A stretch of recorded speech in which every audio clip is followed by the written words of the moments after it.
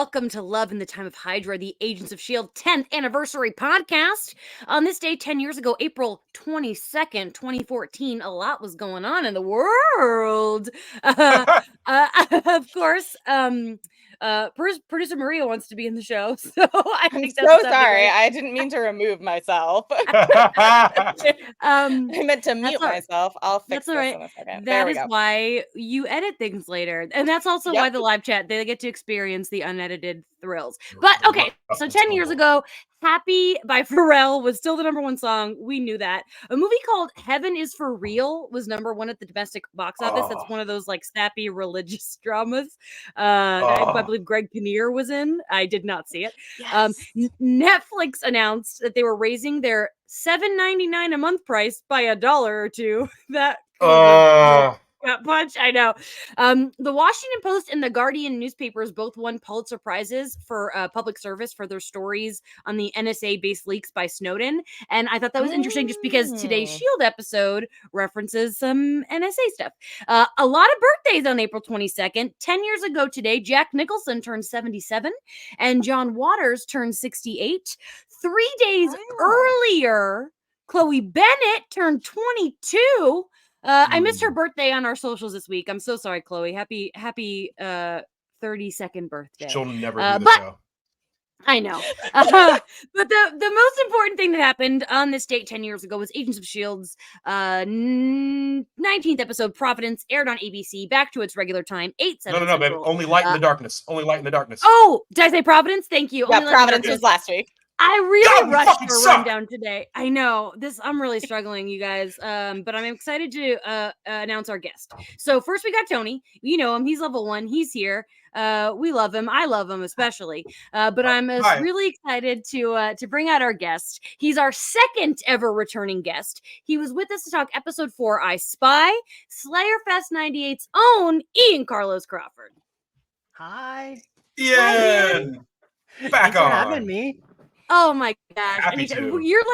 It's a chaos day. It's already pure chaos. Y'all are the sweetest. I gotta tell everyone, they both were complimenting the shit out of me before we got, oops, sorry. You can say shit. Yeah, okay. You can swear. I know some people who do live, they're like, don't curse when it's live. No. Yes, they both were complimenting me, and I feel great about myself, so I'm even happier to be here. Everyone in the chat, let Ian know how great he looks today. We obviously had to have Ian on because it was the Amy Acker episode, and Ian and I, of course, became friends through his Buffy podcast. And every one of our audience members know that a rule of the show is if I ever bring up the Buffyverse, we have to take a drink. So we had to drink today. We had to pour ourselves some drinks because this is going to be a heavy drinking episode. So cheers to everyone. For those who can't see it, Ian is drinking out of a very, very small, what do you call that? Fireball whiskey. Yeah, it's great. It's adorable. Not a paid promo. No. Maybe one day. Fireball, hit us up. Ian, as you know, we like to ask what people were doing 10 years ago today. Do you have any idea what you were up to? I sure do not.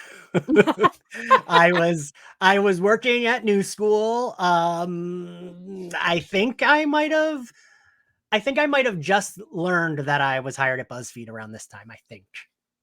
Oh, that's exciting. So I think that was I'm gonna be honest with you.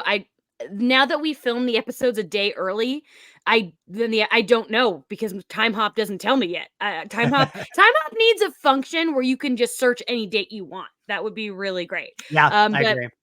Yeah, but I'm sure that I was performing improv and drinking heavily up until 5 a.m. in the streets of Chicago. That just sounds like what I was doing 10 years ago. Tony, what pretend thing were you doing 10 years ago?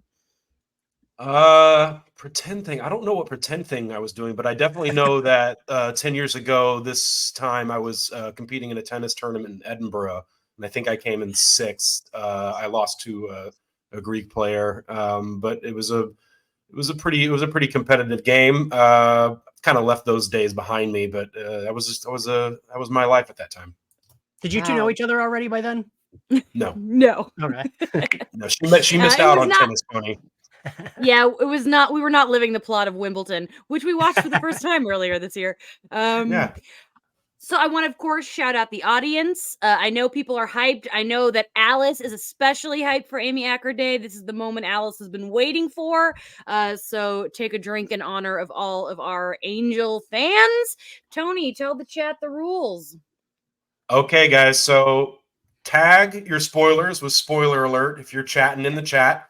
That just means write spoiler alert before you talk about anything that happens after the episode we're talking about today. That's for people like me who are experiencing this show for the first time. Help protect them. And if you don't tag your spoilers, our producer Maria will find and stab you. God, so brutal. There she is. Ian, so I know that you have been really busy doing stuff with the Magicians and X-Men 97. So I'm going to guess that since we had you on last, you have not filled in the gaps between episode 4 and episode 20. I have not. No. I have not. I'm sorry. No, that's okay. That's okay. So I'm curious, jumping into episode 20, was it like, I'm sure it was still kind of easy to follow. Yeah, so this episode, I guess this is why you said to me, like when we were talking about it, I was like, I don't remember it as well as Jamie's saying, but then there's like a lot of things that happened that I didn't realize all happened in this episode. Because like I remembered, like as I was watching it, I was like, oh, that's this episode. Oh, like I knew this was the Amy Acker episode, but I didn't know the other plot things that happened, like May leaving, May seeing her mom at the end, Patton Oswalt's character getting killed, and kind of like Skye finding out that he is, like, I didn't realize. I was like, oh, well, that's not for a while then. And then it was like, oh, nope, that's this episode too. So yeah, it's crazy. That's how I feel about this show as I watch it for the first time. It's like things keep happening and I'm like, that's got to be a while from now. Nope, that's right now. Like it's like it's an eventful ass show. How many, remind me, I meant to look this up, because how many was Patton Oswalt just introduced in the last episode? Correct. Yeah. Okay, because I was like, I thought he was only in one episode and he died, but they already knew him in this one. But that makes sense. Yeah. Yeah, he had that good 2-episode run. R.I.P. Eric. I said episode 20. I meant episode 19. It is crazy though. We only have 3 episodes left. It's just this has been zipping by. Are y'all gonna do anything like special for the finale? I'm hoping. I have ideas. Whether or not those ideas will come to fruition, we will see. Next week, Tony and I are in Florida for a wedding, so got some business to do. Also, Ian, if you remember in I Spy, we talked a lot about how Aquila was never going to come back. And I didn't realize until then that she gets name dropped so many times between I Spy and now. I wish I had kept a count of how many. But we don't see her again. No, never. I remember talking to the two of you being like, guys, how cool is Aquila? And you both were like, yeah. Plot device. I did not remember her. Yeah. That's like my biggest complaint with this season. Like season 1, I think this show, it's good, but I think it gets even better. I feel like you probably agree with that, right, Jamie? Like absolutely. Although season 1 is not my least favorite season, I will say that. All right. So they do a little too much of like that, where it's like this important person for one episode and so I don't that's like, I need I like my shows that like some of them come back, and I guess like some of them do, but not that many. Yeah. It's like Clea Duvall in season 1 of Buffy. I'm still mad that she never came back. She shut up. I know. Oh, right. Okay. So this episode, The Only Light in the Darkness, was written by Monica Owusu-Breen, who interestingly was attached to a Buffy reboot at one point. And I am friends with, and we discussed the reboot. Yes. So she I know. Has she been on your pod? She came on for Buffy season 7, and she came on for WandaVision. Oh, amazing. Everyone check out those episodes because she was a big part of Agents of S.H.I.E.L.D. for the first 4 seasons. And she, in this season, she previously wrote The Well and Seeds. And I didn't know she's actually the current EP on Disney's Percy Jackson show, which I haven't watched yet, but I was obsessed with those books in college. So I do want to watch that eventually.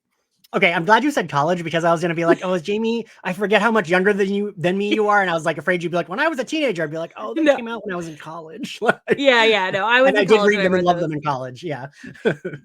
so obsessed. I think I read the original 5 books twice, but now I'm like, I want to read them again before I watch the show. It's one of those things. But anyway, we're not here to talk about Percy Jackson. We're here to talk about this episode, which was directed by Vincent Misiano, who we've talked about before. He's tied as the third place for directing the most episodes of the series, and he's crushing it in season 1. He did Fizzed and Turn. So his track record is very strong.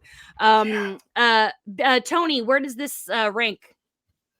I loved this episode. I really loved it. This is ranked 7 out of 19 in my Agents of S.H.I.E.L.D. episode ranking. So it falls under Yes Men at number 6 and above The Bridge at number 8. Cool. All right. Awesome. That's a high ranking. Yeah. We're definitely going to have to release the full ranking. It is a great episode. Of course, we've got our core 6 back. As for guest stars, BJ Britt is back as Trip, making his first appearance in the show without Bill Paxton, which I think is interesting. Patton Oswalt came back as Eric Koenig, R.I.P. Patrick Brennan, who the girlies know from Breaking Dawn Part 2, is here as Marcus Daniels. Wait, who is he in Breaking Dawn? He's Liam. He's like one of the Irish vampires when they like get all the vampires. Oh, when they're all together. When they're all standing in a fucking house. There's like 75 people standing in that house. Yeah. Yeah. And they're like the most like stereotypical Irish you can imagine. Like, but that is what he's known for. And then Sai Chin was there as May's mom. Interestingly, she also played Katie's grandma in Shang-Chi. So that's something to think about. But she was also in Joy Luck Club with Ming, so that was a little reunion for them. And I couldn't find anything about them talking about that, but I'm sure that was exciting for Ming because Ming loves talking about the Joy Luck Club. Yeah, yeah. I gotta say, I brought up. Yeah. So I had Dominic Burgess on for an X-Men 97 episode, not this past week, but the week before, and I brought up how I was like, Dominic, I love Agents of S.H.I.E.L.D. and I didn't know you were on that. He was like, yeah, I just popped in to get my eye blown up and then I just left. That's all. Quick cameo. Amazing. Love that.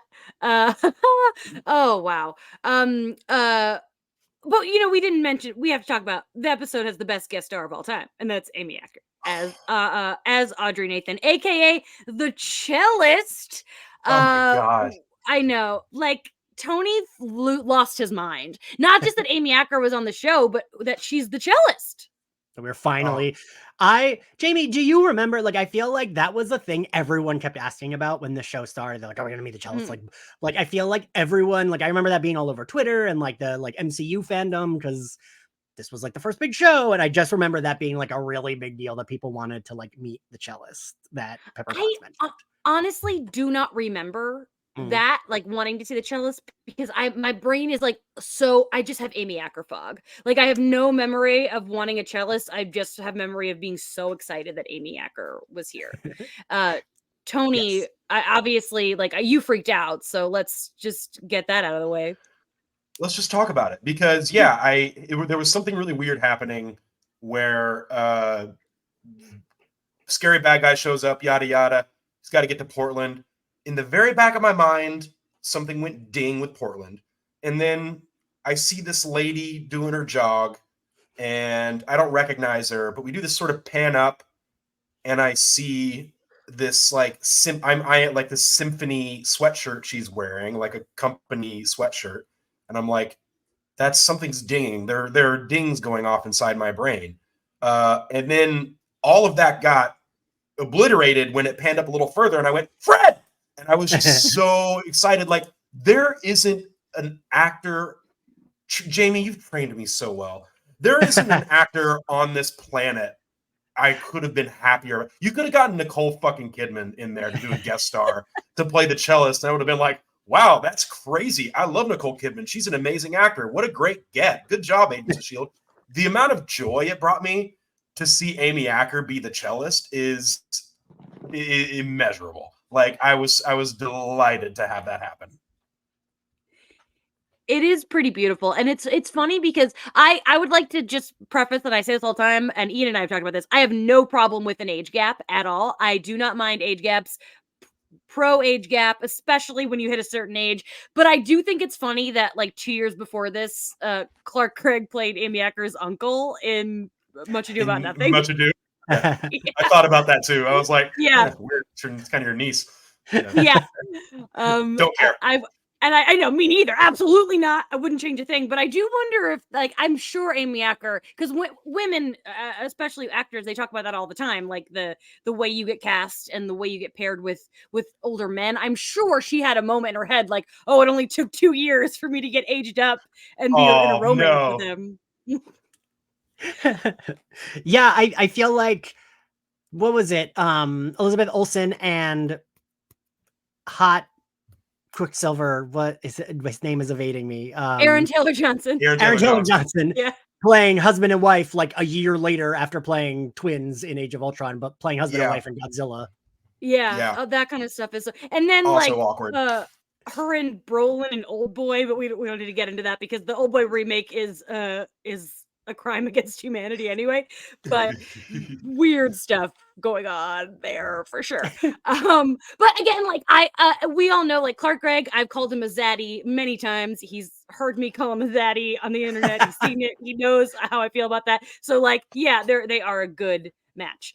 But we'll talk more about that as we continue. Quick episode synopsis. As word returns to the Providence base with orders from Hydra, an old flame of Coulson's is in danger when a powered individual escapes the fridge. Just kind of initial thoughts, Ian. I mean, I'm sure you like this episode, but how does it hold up? This is a much better episode than the last one you were here for. Yes.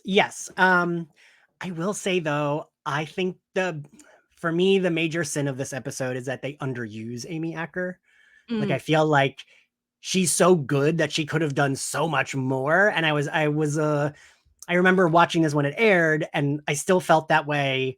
So I was like, oh, maybe I won't be as nitpicky watching it again. And I was like, man, they really don't use her as much as they should. She's so good. And like, she's great in her scenes, but I just felt like I wanted a little bit more.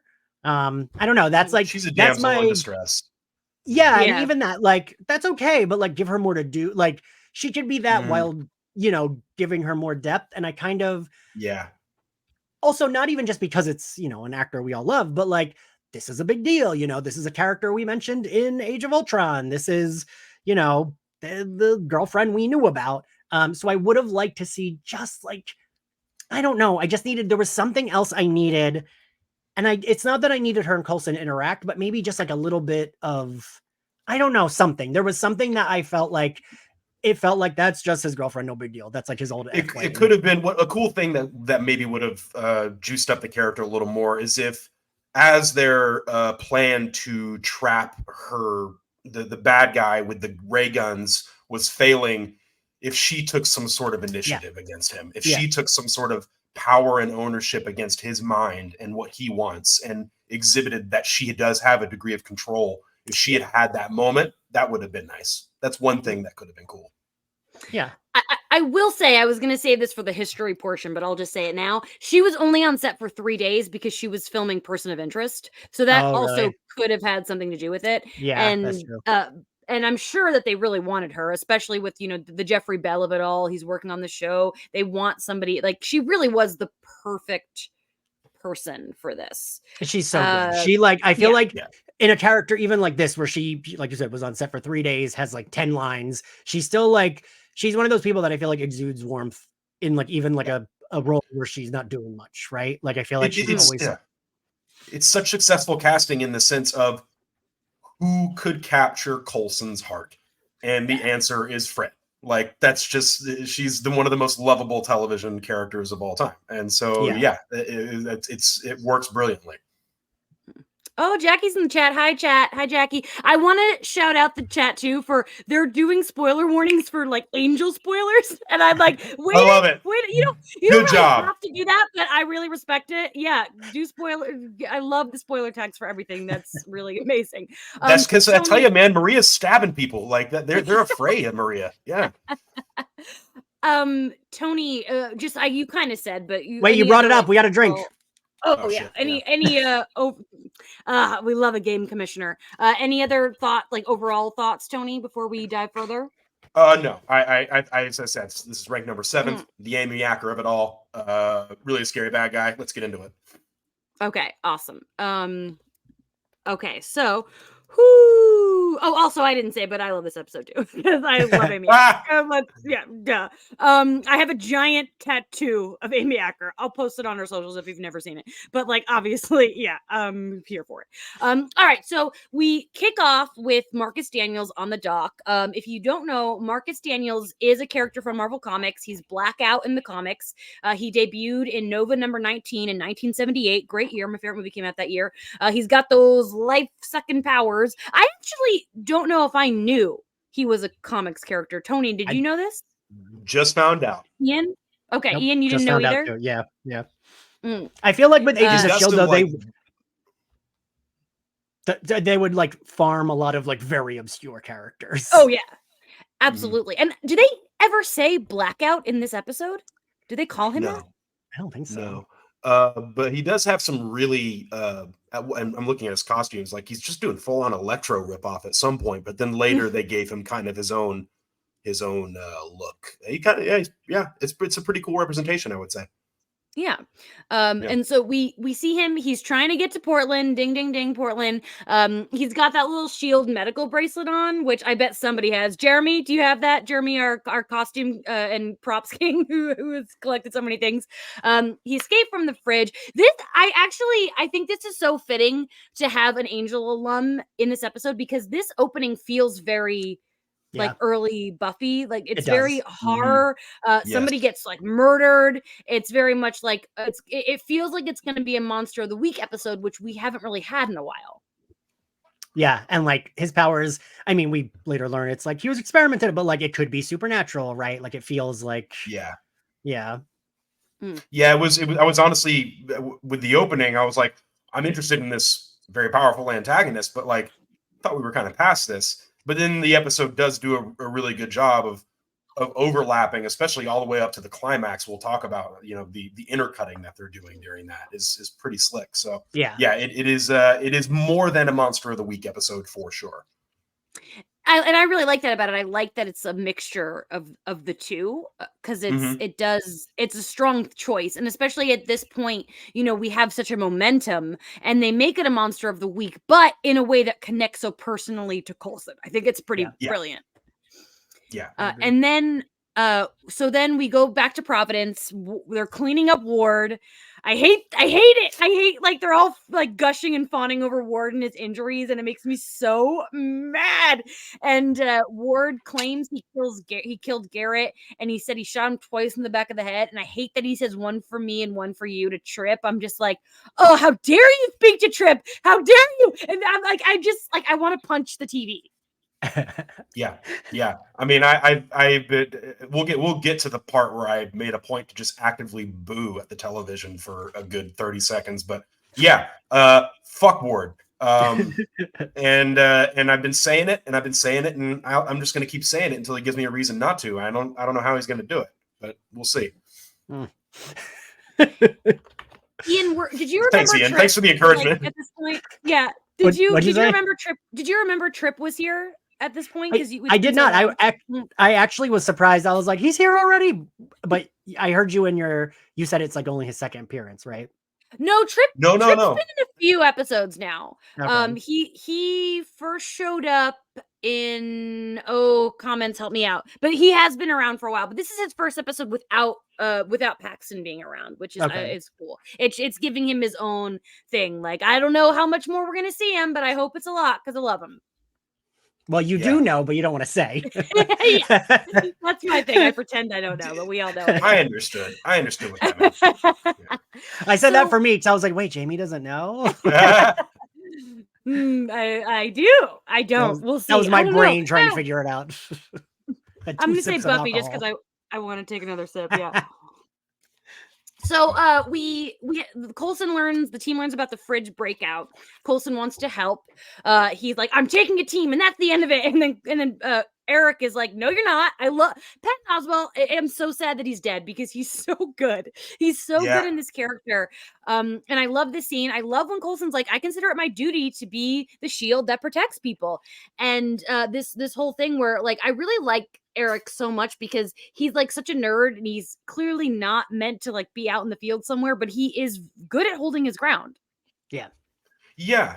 Well, here's the thing though, we're talking about, because like Coulson gives this really, really lovely speech about, what's right and doing what's right. And then, 10 minutes later, we realize, well, he's kind of putting his girlfriend at the top of the list of people who need to be protected in this country after. And I was like, all right, yeah, no, you're not wrong. It's still, there are a lot of true things you said there, but you laid that speech down and then you knew exactly what you were doing.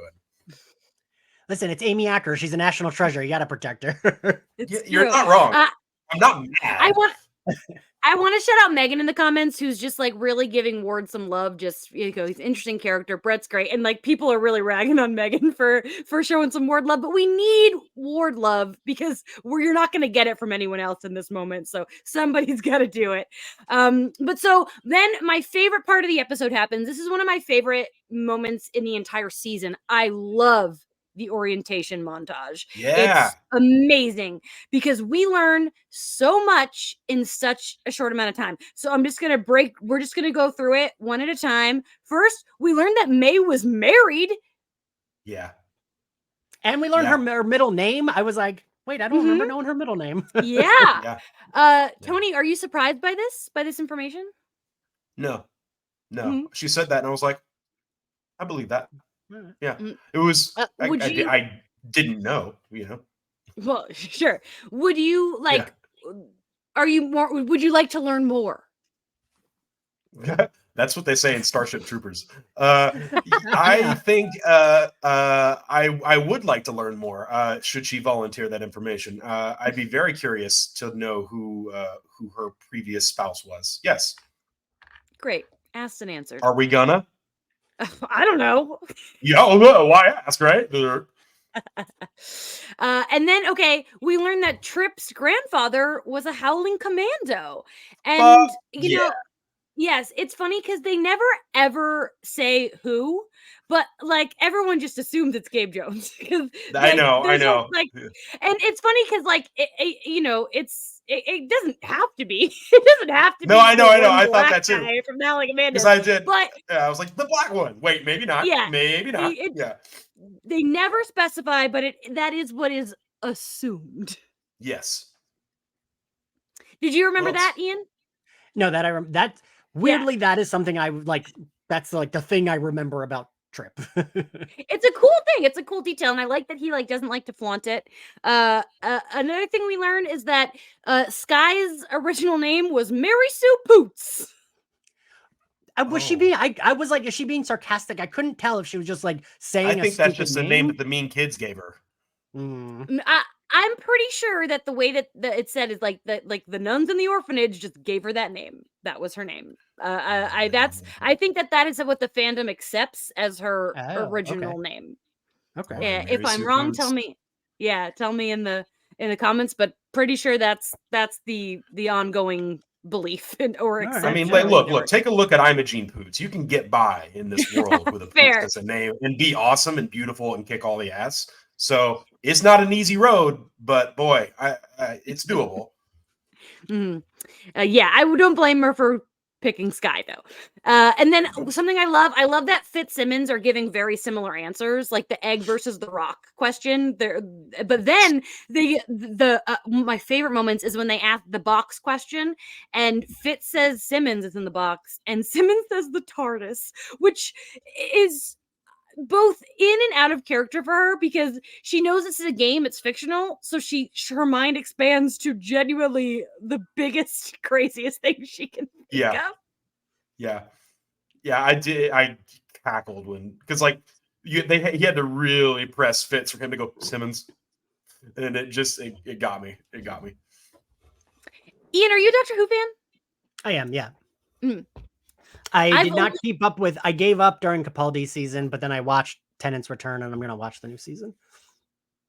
Okay, I've only seen the first 2 seasons of the rebooted newer so I it's one show that you'd think I would love, but I never got into it. But I know enough to know that I know, right? I don't know why. It's weird. It's really weird. But I do understand that a TARDIS joke is funny, and I know what it means. And so. I also like that we learned that May met Alexander Pierce. I just like the idea of Ming-Na Wen and Robert Redford in the same space. Oh, yeah. That'd be cool. Also, can I tell you all, I was like, wait, they talk about the guy from the Hellfire Club in this episode, and I was like, it can't be him, right? But that's his name. And then I go, it's Donald Pierce. Wait, which one is Robert Redford? Alexander Pierce in The Winter Soldier. Donald Pierce is the guy from the Hellfire Club in the X-Men. But I was like, and I forgot that was Robert Redford's name until I looked it up. That would have been cool, though.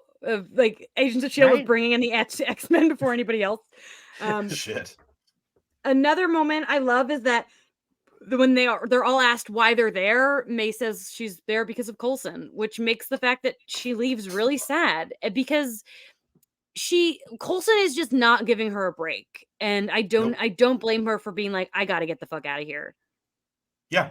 It's made extra tragic by, towards the end of the episode, Coulson has his sort of wake up call of being like, I gotta let May off the hook. And but it's too little too late. And that's the best kind of tragedy is, he's just behind, just a little bit behind on making things right with her. And she, rightly and respectfully doesn't have the tolerance for the sort of emotional closed offness. And I wouldn't say abuse, but he's being unkind. He's not giving her any slack, no quarter whatsoever. So I get it. I get it. She had to bounce. My hot take, which I think I maybe said in the last episode, is I think Coulson is too much of a brat about all this. And like, it took me a while to really love Coulson. Like, I love him, but like this season, I was like, this was the start of me not liking him. And it took a while for me to circle back to like loving him again. Like, I don't think till like halfway through season 2 was I like, oh no, okay, I love him. Might have even been the beginning of season 3. Wow. Because you guys are going to have stuff to talk about when I leave. I'm just so interested. Like, that's interesting to me because you don't hear that a lot. So I kind of like that take. Know. It's like our one word defender in the comments. We love different takes. It'd be so boring if everyone agreed. Right. I feel like, Jamie, that's the one that you and I always agree on is like, yes, give me different opinions. And I think it's also because I love May. So like May was immediately my favorite character and stayed my favorite character.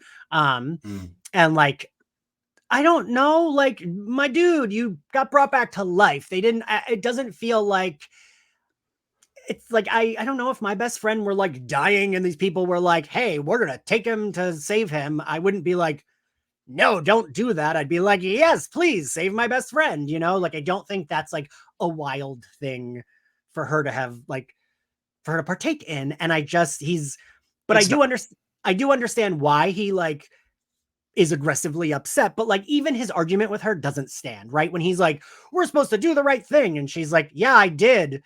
I was following orders. And then he's like, well, that was unkind. And it's like, motherfucker, when is the army and the government worried about being unkind? Like, give me a break. Yeah. So that he's really wrong. pisses me off. Yeah. He's butthurt is exactly what he is. Yeah. Yeah. His feelings are hurt. And I was going to bring this up later, but since we're talking about it now. Sorry. I didn't mean to like get ahead of us. No. I kind of went down this train. The fact that Skye is like mad when she leaves, like she never cared about us at all. I'm like, oh, that hurts because it does hurt. Can't you see that May is being punished so severely? And like, yeah, Coulson has a right to be mad at her. But May does care about you. She's proven it time and time again. Yeah. It's like, I appreciate that he has a reason to be upset, but just not to be as much of a dick as he's being. I don't know. And like, she cares. She does. Right? Like, I don't know. Yeah. Well, yeah, that's why it's tragic. That's why I'm not off Coulson's team, but we're seeing him slip in ways we've never seen before. We're seeing him be pitiful. We're seeing him be wrongheaded. And that's why it's sad when he says, I got to give May a break. I got to let May off the hook. I got to, talk, but she's already out the door. And it's like, yeah, you made that mistake. You went too far with it. So I like that. I like that. Yeah. Dramatic. Yeah. So back to the orientation, we then go to Ward, which we, the audience, know he's lying and he almost fails. And God, Eric, you were so close. If only you had caught him, you'd still be alive. But what gets him like away with that is he's there for Skye, which is the truth. But I have to tell you, the one thing I really hate about this episode are the Ward flashbacks to the previous episode. I'm sure, Ian, they were very helpful to you for jumping in right Barely, now. like, whatever. I was like, all right, I don't need these. Yeah, I do not like them. I don't like the way that they're like, they look like soap opera flashbacks, the way that they tinted them. And like, I do not like that device. It makes, I feel like they think the audience is stupid when they do stuff like that. And while yes, a lot is going on, they've never had to do that before. Yeah. It's also such a, without it, such a beautifully tense scene. Like, I think that maybe the editing is either doing it for the sake of the audience's remembering the story from the previous episode, or they think it's adding to the tension, and it's not adding to the tension. It's taking away, because it's sitting in his silence and his lies and all of the monitors on Koenig's desk. Like, that's the shit right there. Mm-hmm. Yeah, I agree. But that feels very much like an executive was like, we got to put that flashback in there. You better put it in to remind everyone, and being like, totally. Yeah. On that note, we're going to take a quick 30-second break, refill your drinks. I might do that. So we'll be right back to talk the rest of The Only Light in the Darkness.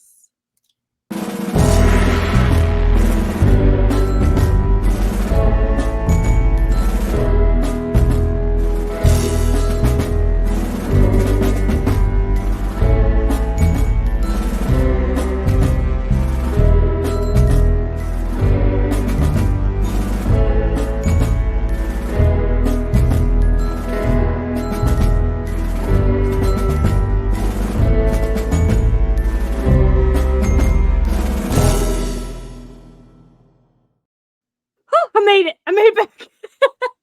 Went to the kitchen. Got another Truly. Sponsor us, Truly. I give you a lot of money in my lifetime. We are here with Ian Carlos Crawford talking about The Only Light in the Darkness. The perfect place was to stop, because now it is time to talk about the cellist, Amy Acker. We see her in the episode. She's doing her little run, but then Blackout comes and he's all scary, and she's like, oh no. And then they come in the car, and Gemma's like, come with me if you want to live. We're the CIA. And they're in it now. And it's so funny because Gemma was getting better at lying a couple episodes ago, but she's back in the nonsense. But I do think it's because she feels bad lying to this woman, less so than she's just being worse at lying again. No, I agree. Yeah. Yeah, absolutely. Now she's not lying for a good cause at this point. It's getting a little muddy for her. Mm. And, she talks about how before he was put away, he was kind of obsessed with her. And she says, cellists don't get many groupies. And I just want to say, to me, that's crazy, because Tony and I talk about this a lot. I think the cello is the sexiest instrument on earth. And I agree. Watching Amy Acker play it, I'm like, woo, I need to take a break. I just think the cello is so sexy. Yeah, I do too. Yeah. Yeah, great. I'm glad we can agree on that. Everyone in the chat is just on fire talking about cello right now, I think. Yeah. I don't know if I'm not trying to yuck anybody's yum. When she came on screen, Tony literally said out loud, "Holy moly!" Was those my words? Oh, God. Yeah. I don't think I've ever heard you say "holy moly" before. I mean, the wholesome spirit of Amy Acker brought it out of me. So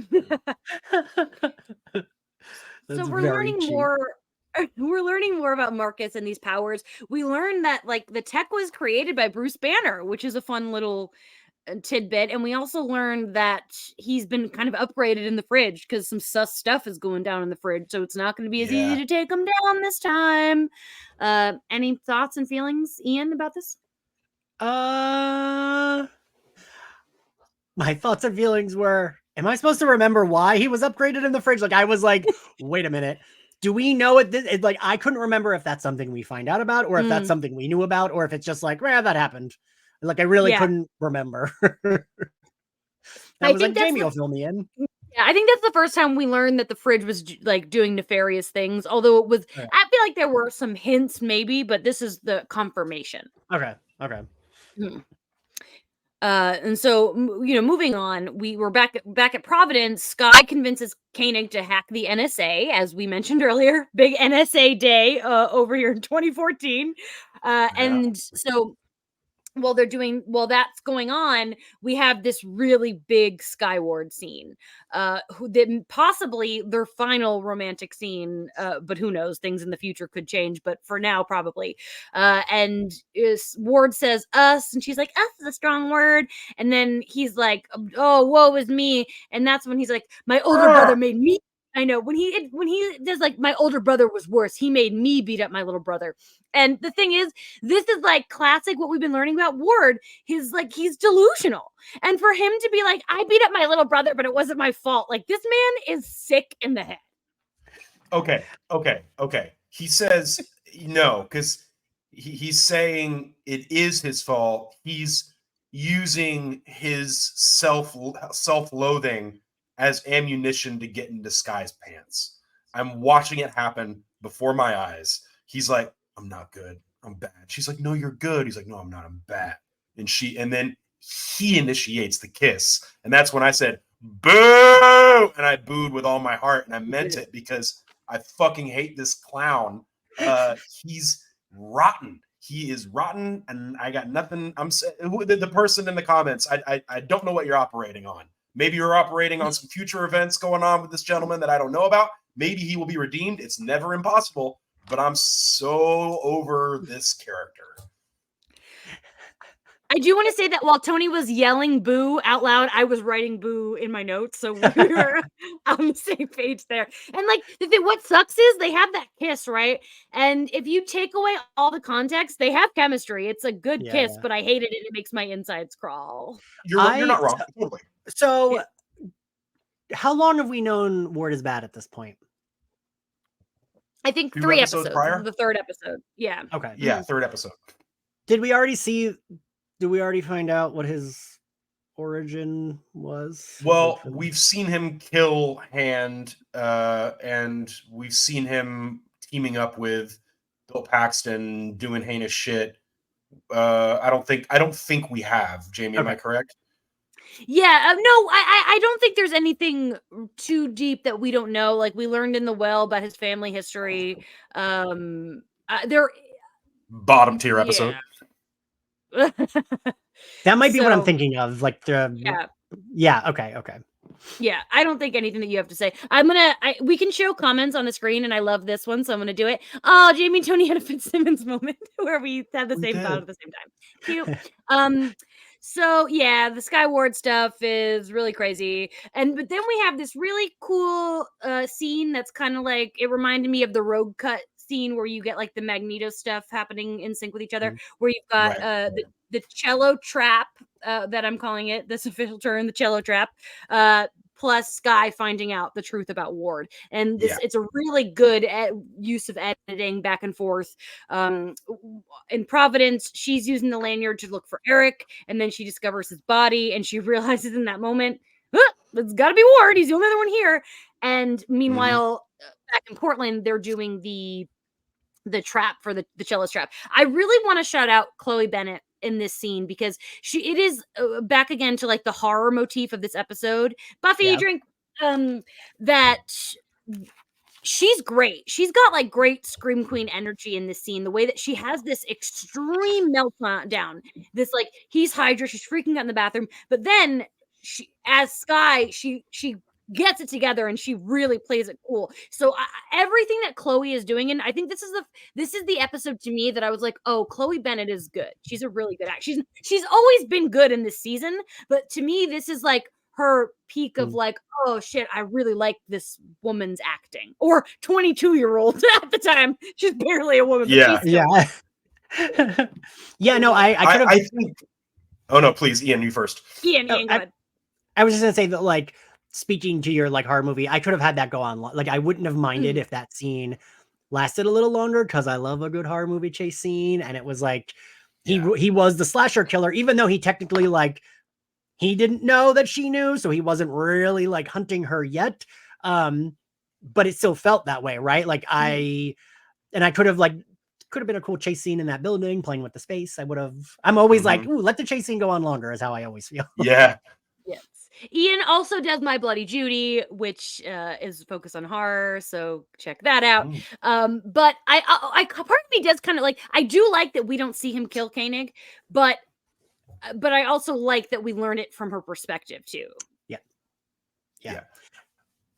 Everything going on with Ward and Skye is incredibly tense. Like some of the most tense stuff I've seen in this show up to this point. And as much as I hate Ward, I have to admit Brett Dalton is crushing this. He is evoking so much danger and wrongness. And Chloe Bennett, especially after she gets the information, her performance within her performance is really impressive. And there's all of the unspokenness that's happening. And especially the isolation of it. It's just the two of them. Koenig's dead. And I would love to talk to the director or cinematographer, because I'm telling you that they're doing the Shining match shots as he's moving through those corridors. Like, it really feels, I mean, the production design is very different, but the way they're shooting him as he moves through these corridors, it feels remarkably similar. And so I was feeling all of that the whole time. The one gripe that I have is, yes, she discovers Koenig. He's dead. It's very sad to see Patton Oswalt go so soon, because I was loving him. And she sees him. He doesn't know that she's seen him. She's playing it very smart and very cool. And he's like, well, we got to get out of here. And she's like, okay, let's tell Koenig. He's like, no, I already told him. He's opening up the gates for us. He's like opening it up. He's like doing stuff. Like, let's go. And she's like, okay, so full online, great. But there's the next time we see the two of them, they're airborne. So in my mind, after he said Koenig is opening up the doors for us, I thought that she was going to die there, because there's no way that they could have taken to lift it off without her realizing that Koenig isn't here. So it was just like a weird thing where, okay, so she got all the way out the door without ever seeing Koenig or anything like that. And it felt like a dangling thread to me. So, but beyond that, I just think it's such well-crafted suspense. You know what I mean? Interesting. That doesn't bother me. I think because she knows, like, if she hadn't known, she probably would have pressed more, that kind of a thing. Yeah. Did you think he was going to kill her? I did, because he indicated that, like, the way he said it, presumably, I guess the thing is that he was saying that Koenig is remotely opening the bay doors for us to leave. I was under the impression that, based on what he said, he was telling Skye that we're going to see Koenig in a minute as we leave. And because of that, I thought he was going to kill her. Right. He held her hand, and I was like, you're walking to your death. What are you going to do? So I was a little surprised when I saw them in the cockpit together. That's what I mean. That wouldn't have made sense, though, because he needs her to go to wherever they're going to the encryption. And also, I took it as like he's up in some kind of like tower pressing buttons like for planes. But that's what I eventually arrived at. I like when like Koenig's opening the doors, he's doing it from over here. But I guess I thought he would be in the loading bay or something like that. I also can't remember, but I feel like I remember thinking that he actually did, like, he is a traitor, but that he actually did kind of like her. Like, I feel like things were true about him. I don't know. They're true. Absolutely. Oh, absolutely. I think that's what makes him delusional. I think, like, he's in a point where he's like, he still thinks he can have his cake and eat it too. I really do, because he's fucking nuts. Someone in the comments earlier was like, this show's episode's gonna go long, and I'm like, oh shit, we might go a little long. So Ian, if you have a hard out, let me know. But okay, cool. I blame the alcohol. Buffy. Okay, so cheers. So the everything works out in Providence, all good. They got the guy. But then, Coulson, whatever. Coulson makes the decision not to reveal himself to her. And while this is both very powerful for Coulson, the thing that that I leave taking away from this mostly is the lessons that Fitz is taking from this. Fitz is really kind of struggling with Coulson's choice here, and I think that Fitz is really coming to terms with his emotions in this episode. There's a moment earlier where even Ward is like, Fitz, I think you're feeling feelings, and Ward's like, or Fitz is like, I don't know, and you know, Fitz is asking Coulson like about it, and he's really trying to, you know, figure it out. And then there's that moment at the end where Gemma is like, Fitz, Trip doesn't think you like him, and then he instead of like taking a moment, he's like, oh no, you know how I can be. I hate change. So Tony, I have to start with you. Are you still seeing them as brother sister, or are you starting to feel the ship of it? No, I'm not feeling that shit, man. I'm not feeling that shit. I'm feeling his infatuation. And I do think that maybe there's a moment where Simmons can kind of come to this point where she's sort of maybe an illuminating moment of like, oh, maybe I love him. Maybe he is for me. Maybe he is my partner. You know, she's not there. She's not there. I don't see it. To me, it's very one-sided. And he doesn't have the social dexterity to make anything happen. And so I think it's just a wash. But it did, that moment of, I wrote in my notes, so close, Fitz, where he almost said, you know, I love you. He almost said it, or something to that effect, but he didn't. So are you team Trip at this moment? Would you like to see Gemma pick Trip? I would like to see Gemma have something that's hers, and if that's Trip, that's great. Oh, that's what I want for Gemma. Yeah, I think that, I don't think that they're like the relationship of the show. I think that they make sense. He's a hell of a guy. She's a hell of a girl. I think they should hook up. I really do. But my heart breaks for Fitz because he's he can't. I mean, God damn it! During the questioning, he was like, "Something's in the box. What is it?" It's Simmons. Like he's really, really attached. She is as well. Maybe she doesn't know how attached she is to him, but yeah, that's where I'm at. Ian, do you have thoughts that should we save them for Tony leaves the room? Yeah. I mean, yeah, I think I said it before that Tony, I felt the same way you did. I did not. I bought them. I genuinely bought them. It took until the show told me he was straight that I like knew that he was straight, because I fully bought them as like straight girl, gay guy, best friends. Like that's what I bought them as when I started watching the show. And I was like, it's Marvel. Maybe they just won't say he's gay, but it'll be like, he's gay. We just don't say it. And queer-coded character. Yeah. Yeah. It's funny, Ian, because last week I said the exact same thing in Tony Leaves the Room about a character who comes in season 2, how I spent a year thinking one of the main characters in the show was gay and then was wrong. But Tony doesn't know the character yet, so we'll save that for later. But okay, so then all that happens, and then we've got this lovely little end tag where May has to get picked up by her mom. Like, you know that May is at her lowest when she has to call her mom. Like, honestly, if that, like, I can relate to that. Like, I can trust her, but I don't want to call her, right? Like, if I gotta do it, I'll do it. And you're instantly in a fight. Yeah, exactly. Like, as soon as you get in the car, well, I would thank you as an order. Like, fuck. My mom would do that same shit. Absolutely. Like, 100%.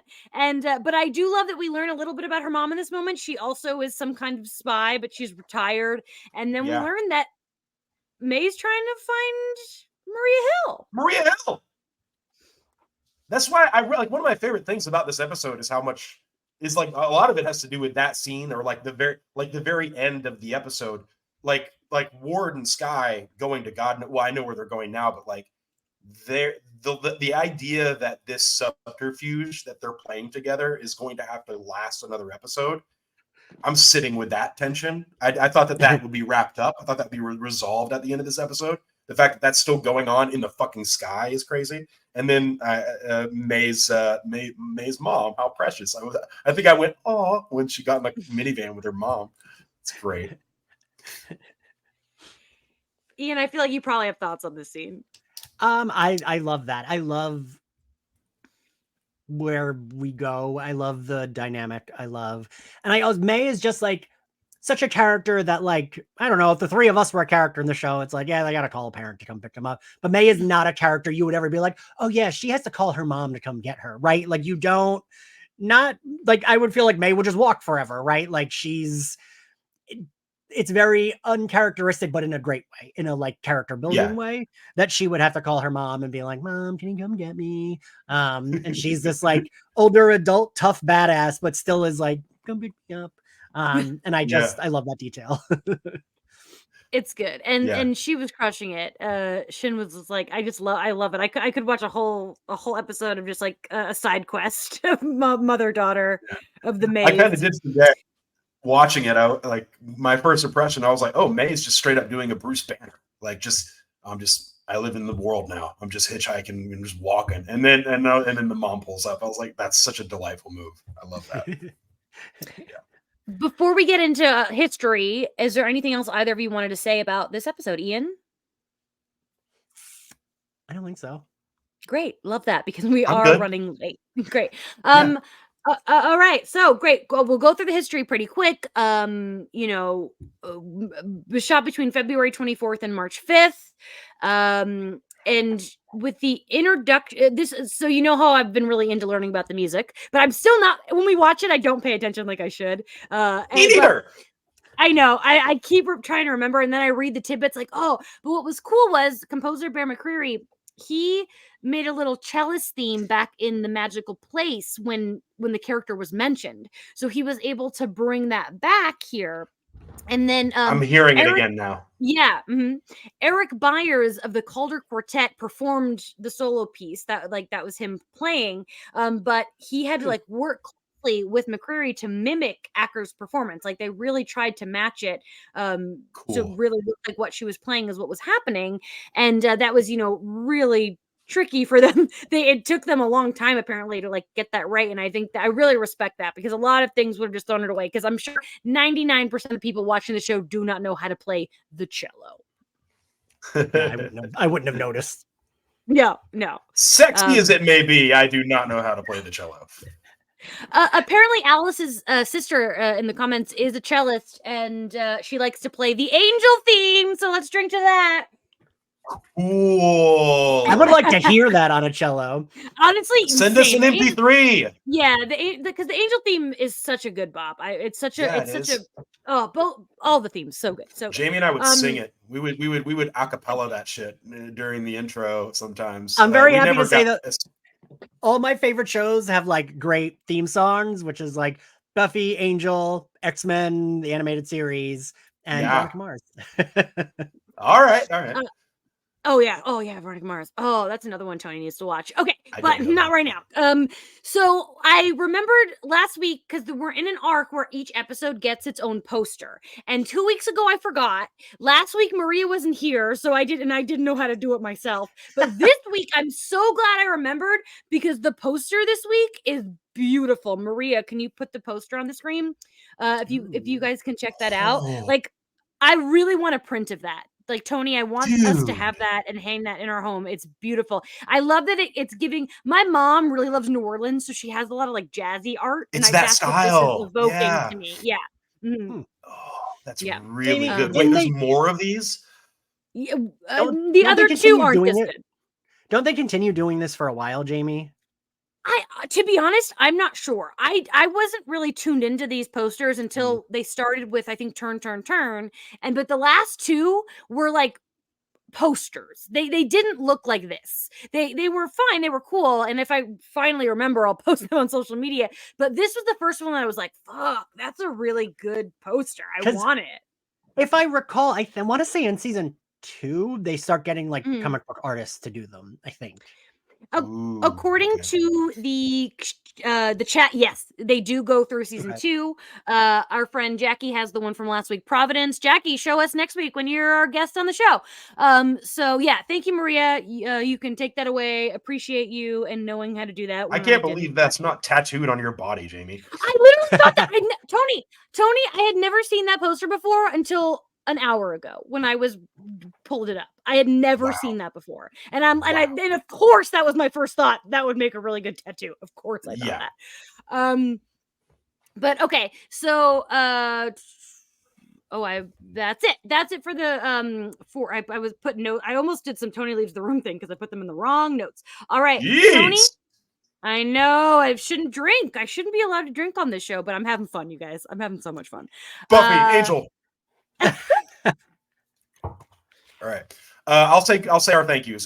Stephanie, thank you to Stephanie at Eclectic Muses on social. She did our music, or sorry, our artwork.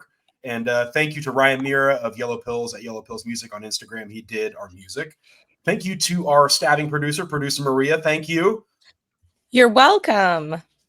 And Ian, thank you so much for being a returning guest. It's always such a pleasure to talk to you. Thank you for having me. I appreciate it. Before Tony leaves, I just want to remind any other new time listener to follow us on social media at LitoPod on Instagram and Twitter. Check out our link tree. Find out where you can listen to us. Like and subscribe. Leave us those 5-star reviews. Leave us questions. We love questions. Next week, we are talking nothing personal with my two favorite fandom friends, Jackie and Sari. I met them through the fandom, and now we are real life friends, and we will talk all about our history together next week, in addition to talking about nothing personal, which is a great episode. So, and Tony and I are going to be in Florida. Tony and I might be in the same screen together next week. It might be the first time that we're sharing the screen. So sexy episode. I know. We're going to be at my mom's house. Let's see what goes next. So we'll see you. Great. Thank you. And bye, Tony. Get the hell out of here. All right. Leave the room. Goodbye, everybody. He is gone. Oh, my God. As much as I am like, oh, wow, I'm not as in tune when I'm drinking. I'm just like, yeah, let's talk more. Let's have a good time.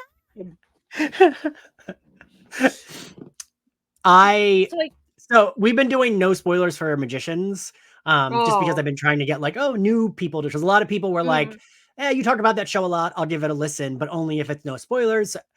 Jamie, I don't know how you do it. It's so hard to like keep track of what you can and can't say. It genuinely, like, it's honestly, in the episode, it's fine. It's like living my life with Tony. And I think I've said this in the show before, but we're rewatching Twin Peaks right now. And Tony loves Kyle MacLachlan. And it's so hard not to tell him that he's going to show up next season. And it because we love Twin Peaks. And everyone, listeners, if you have not watched Twin Peaks, please do yourself a favor. Actually, I saw our listener Snowbat posted a picture of young Kyle MacLachlan today. And if you just want to adore that man, watch Twin Peaks, please. I assume you're a Twin Peaks fan, right? Mm-hmm. Yeah. I don't know. I feel like you can be like, he shows up. Like, as long as you don't say what it is, I feel like you could be like, I'll come, like, right? No, I want him to be surprised. Okay. Because like today with Amy Acker, he was so delighted. And I want to watch, like, I get to watch him get excited, and that's worth it. I just realized, though, I was going to tell him today that Amy Acker doesn't come back, because I was going to ask you if you were going to tell him that, because I was upset that never happened. I know. I meant to tell him, but we were going so long, I forgot. Because here's the thing, and I've talked about this before. I wanted her to come back so badly that I pushed back on all of Coulson's romances. Rosalind, May. I did not ship May and Coulson until season 4, because I was like, but what about, aren't we gonna get, he says in the episode, I'll tell her eventually, but he doesn't, because we never see her again. Do you think that was a scheduling thing? Because it feels like they set this to bring her back, right? I think it was more of like we'll leave it open-ended, and then I think just the way the story started going. Yeah, I think it was one of those, because Constance Zimmer as Rosalind is great. And May and Coulson, I love Felinda. I think all of that's great. I will say, though, next week on the podcast, I will break the news to Tony, because I don't want him to do what I did, which is have this mental roadblock. Yeah. Jamie, I felt the same way. Like, because right, you just were waiting. I was like, I don't want May and Coulson to fuck up their relationship because Amy Acker is gonna come back.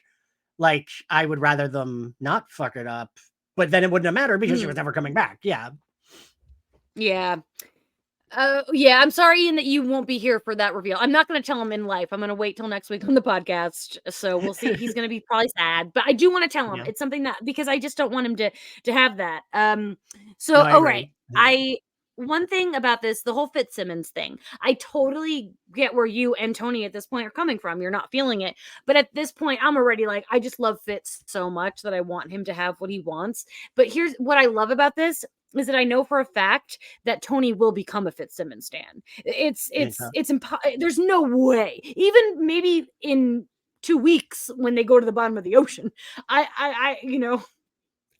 So that I'm pretty sure that scene isn't it like you think they might die? Because I remember crying when they're at the bottom of it. Yeah. I remember crying when they're at the bottom of the ocean, and that being the first thing that kind of sold, but I still did not get sold on them. I can say a spoiler. I can say a big spoiler. Yeah, spoiler. Right? All spoilers. Yeah. In my brain, I was like, I know Jamie's watching it, but still, when leading up to them getting married was when actually I finally got sold on them. Like, wow, season 5. Okay. Yeah, I was like, I think it might have been towards the end of season 4, and I was like, all right, yeah, all right. Like, it just, I don't know why it took me so long to not see them as just like platonic love best friends, but also I like a platonic love. Like, I like that kind of stuff. That's why I was glad Phil and Coulson and May never ended up together, because I liked it being, this is what the relationship is. We respect each other, we love each other, but that's all it is. Yeah, I mean, technically they kind of did. It's just that he died, and then he was an LMD, and then things happened. Right. But what I agree. I think it was. I like that they left it open that maybe one day LMD Phil and May could maybe. I think that it made sense. It did, but I do. If season 5 had been the end as it may have been, it was like the same thing with Buffy. That season 5 they didn't know, so they ended it as if it was a series finale. And I do love that Felinda ending if it was real. But I love season 6 and season 7. This is great. 7 the last season for Buffy. Yeah. Yeah. Yes. I was actually just thinking today about how season 7 has the Chopping Mall episode, which is one of my favorite episodes, and Tony's gonna lose his fucking mind over that episode because he loves Chopping Mall. But that's so many years away, you guys. I was gonna say. I know. Well, let's keep it going because we got to give Maria her overtime. So I am obviously not telling Tony that we are going to get more Koenigs. Like, Patton Oswalt will be back, which is exciting. But he doesn't come back till next season, right? I want to say that at the end of the season, I think we see him again. It might be the end, at the very end. Tell me in the comments if I'm wrong. Maria's saying season 2 and season 4, and I don't know what she's referring to, if it was what I just asked, but I do. So he is in the last episode of season 1 as a different Koenig, and then he comes back in season 2 and season 4. Okay, that's what I thought. As also different Koenigs. Yeah, yes.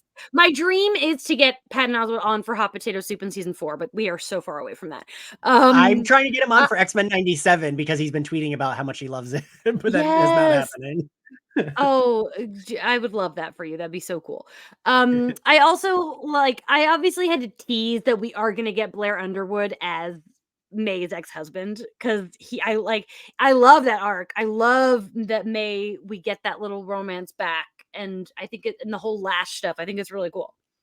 My best friend was just my best friend works on Elspeth, and I think he had they filmed for a little bit longer, or he just had he has a recurring cameo, but he said Blair Underwood's the nicest, which I love. Oh, I always love hearing those stories. That makes me really happy. He's one of the guys that'll talk to the crew and stuff. Yeah. Yes. That we're not going to see May's mom again. That bums me out. But we will see her dad eventually. But I would have loved to have a whole side story with more of May's mom. We get her in the whole next episode though, right? No, I think this is it. I'm pretty sure this is the all we see of May's mother. I could be wrong, but I'm pretty sure that's it. Correct me in the comments if I'm wrong, but I think that I would say I'm double checking now, but I think Jamie is right. Is that we see her essentially pick May up, and then she's never referenced again. That's so weird. And it's weird that I remembered that then, because God, it's weird the shit that I remembered from the show. Considering later seasons I've done rewatches of, but season 1 this is the first time I'm doing a rewatches for you. Yeah, they're powerful. It's like the same thing. I'm not just saying this to drink. It's like the same thing with Buffy. There are certain one-off characters that you remember forever. They and might be feel on more. screen for 2 minutes. Yeah, Yeah. but that's how it goes. Let's see. I think I've covered everything I wanted to cover. Ian, this was really fun. Thank you so much for coming back. Yes, just for Maria? a final wrap up on May's mom, she is mentioned in season 2, season 3, and season 5, but she is literally never seen again. Yeah, we do get her dad. We get a little golf thing. So thank you, Maria, for always being on top of it. Ian, before we go, please plug all the you have been talking to all the X-Men 97 stuff. I wore my X-Men 97 sweater. Oh, that's not what my camera is. Just for you today. Oh, that's so please, cute. yes. Oh, Box Lunch, everybody. That's where you can get it. So they're not a sponsor. Tell everybody about your business and your podcasts and everything like that. So Slayerfest 98, we started as a Buffy rewatch podcast. Now it's kind of just anything Ian likes is what we cover. And we're doing The Magicians season 1 and X-Men 97 season 1. Both of them are weekly because I like to torture myself with doing the podcast. Luckily, Magicians, we recorded everything but the last 2 episodes before we even started releasing them. So like that's a little less stressful. And X-Men 97, as each episode comes out, I do reaction video and then a little like recap, and I've been having the actors on. You can find us at Slayerfest X98 on all social media platforms. You can find us on YouTube, Spotify, Apple Podcasts, and anywhere else you get your podcasts, and subscribe to us on YouTube because the X-Men 97 videos have been doing, this never happens, they've been doing better on YouTube than they have on the podcast feed. Wow, that is interesting. I love that. Yeah, everyone, I can't stress enough. Like Ian and I met because I was so obsessed with Slayerfest 98's just Twitter presence. Like as a Buffy fan, like it's just so much fun to have someone who is so invested in it all these years later, because I'm the same way. As you all know, we have a drinking rule. It's my favorite thing of all time. So definitely check that out. And Ian, go ahead. No, what? What were you gonna say? I was gonna say I've only ever. You go. Maria, you don't even have to edit this because we're in our extreme drinking mode. No, I've only seen the first season of Magicians, and that was years ago. And you're making me want to finally go back and finish it. I mean, I have a Magician's tattoo. Oh, Jamie, you have to watch it. I know. Have you watched it? It's so good. I've watched all of it. I love it. Wait, can I tell you that this is like very cool to me? Summer Bishel is a co-host on my podcast because she loves Buffy and Angel so much. And she is so nice and like chill and cool. And it's like very weird to me that like when I do these rewatches, I'm like, wow, I'm friends with Margot. That's kind of cool. Oh, I'm fanning myself. That's amazing. Oh, I love this. Oh gosh. I want to do one like personal plug too before we go. And that is that everybody, if the People's Joker is playing near you, it's in select cities. If it's by you, please check it out. My dear friend Vera Drew made this movie, and it is just a fascinating, goofy, gonzo, weird, beautiful, crazy parody film using DC characters about the trans experience. And I'm just so battle, proud to know her to get it out. Yeah. Oh yeah. Absolutely. But it's protected under parody law, so it is finally out. And I got to interview Vera, who again I've been very close friends with for the last 15 years. So check out our interview, but go see that movie if you get the chance. Please support it. Indie filmmakers absolutely need support right now. It's pretty fantastic. I also had a crazy day yesterday. I met and interviewed Mark Hamill yesterday, so keep an eye out about that on my socials. But anyway, We've just casually posting those on Twitter, like, oh, no big deal. Me with Mark Hamill, like just hanging out with Mark Hamill. It was weird. It was crazy. I chatted with Rosario Dawson, Chris Sarandon. It was crazy. But thank you all so much for listening. Thank you for everyone who's stuck in the chat for an extra 15 minutes. We really appreciate you. Next week is episode 20. Nothing personal. Colby Smulders is back. Maria Hill is back. We'll be doing our live show on Sunday, April 28th from Florida, with the episode officially dropping on April 29th. Check everything out on all major podcast platforms. You know the spiel. Thank you so much for listening to Love in the Time of Hydra. Ian, thank you so much for being here. Good night, everybody. Bye.